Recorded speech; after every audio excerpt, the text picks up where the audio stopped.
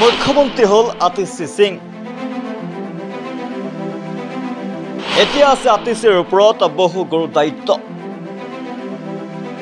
ইয়াৰ উপৰি আতিশীৰ সন্মুখত ৰৈ আছে ন প্ৰত্যাহ্বান।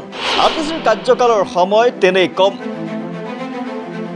পাৰিবনে দিল্লীৰ সৰ্বকনিষ্ঠ আতিশীয়ে সকলো প্ৰত্যাহ্বানক নেওচি লক্ষ্যত উপনীত হ'বলৈ?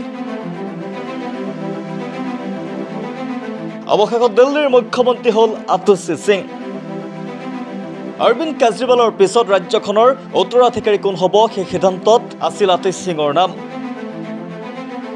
কেজৰিৱালৰ এই সিদ্ধান্তক সন্মান জনাই দিল্লীৰ মুখ্যমন্ত্ৰীৰ আসনত বহিল আপৰ নেত্ৰী আতিশী সিং।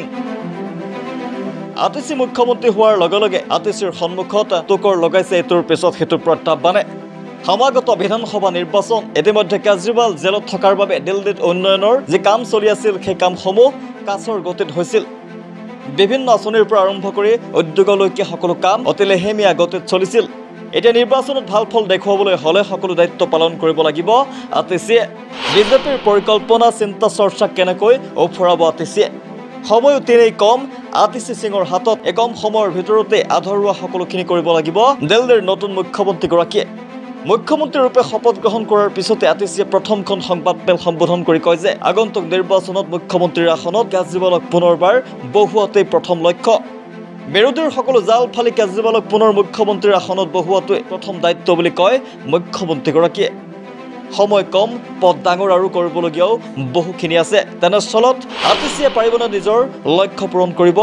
ন প্ৰত্যাহ্বানক আগত লৈ আগবাঢ়িছে আতিশী।